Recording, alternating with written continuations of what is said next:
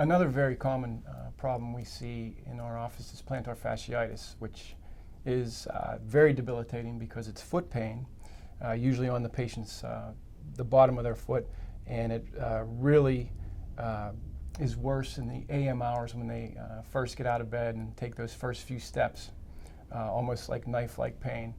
But the most important thing to realize is that just because the pain is on the bottom of the foot, that is not where it starts. It usually starts in the gastroc muscle up here in the calf. So that's one of the areas that we really like to hone in on, because those muscle fibers and tendons are what cause that plantar fascia to become inflamed through overuse and repetitive trauma.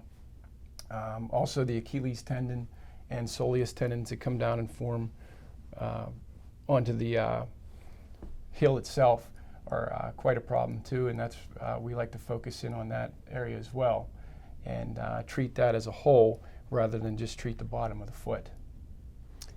Exactly.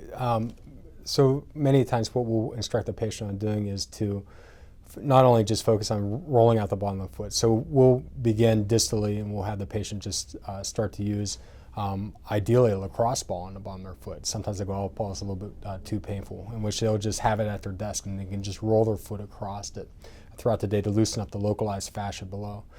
But they really need to focus on stretching out the soleus, where we usually get the best bang for the buck. And how they do that is by doing a common calf stretch, but they need to do it with their knee bent. When your knee is locked out, you're stretching the gastrocnemius muscle.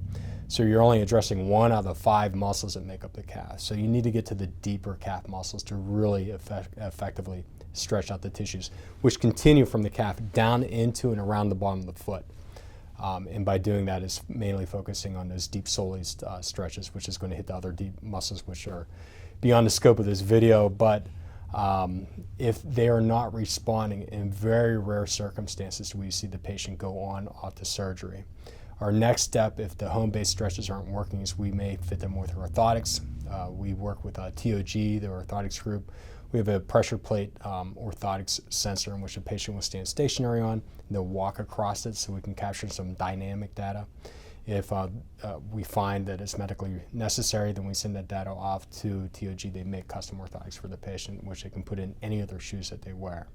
So if need be, we may have to progress it to orthotics, but many times we find that just by addressing the soft tissues in the calf and then some of the intrinsic muscles in the foot, we can clear things right up.